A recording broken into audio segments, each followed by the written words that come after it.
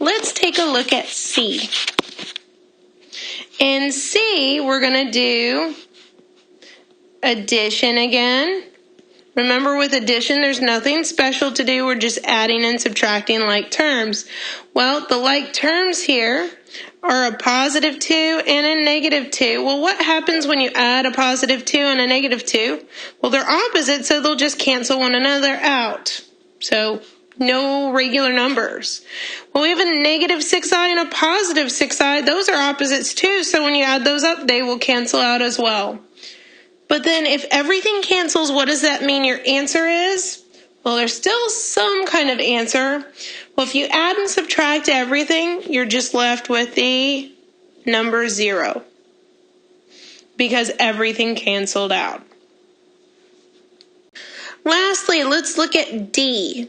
D, we're back to subtracting. Remember, if we're subtracting, we do have to distribute that minus sign. Well, distributing the minus sign to the negative 5 first will give you a positive 5. Distributing the negative sign to the negative 3i will give you a positive 3i. Let's go ahead and cancel out that negative sign that we distributed so that we know it's gone and taken care of. The first piece will stay the same because nothing was in front of it, so we didn't have to do anything special. So now all we have to do is combine our like terms. The first like terms are our negative 2 and positive 5, which will give us a positive 3. Now notice though, the second group, we've got a negative 3i and a positive 3i. Those are just opposites. So when we add those will just cancel one another out. So we've just got the 3 as our final answer. So this about as far as we're going to get in this particular course is adding and subtracting.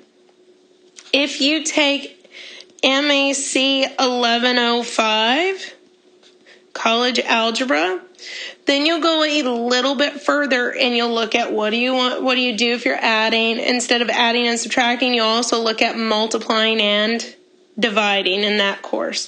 So what you'll look at is something like 2 minus 3i, and then you will see another complex number right next to it. Let's say 5 plus 2i. And the difference is you don't see a symbol in the middle.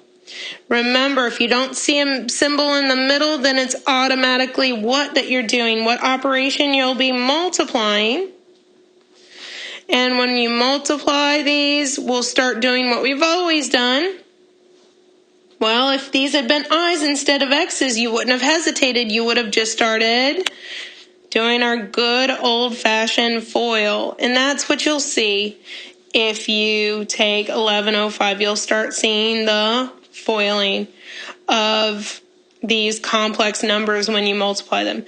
But in this class, we're only adding and subtracting. You'll see something in between. You'll see an addition sign or a subtraction sign.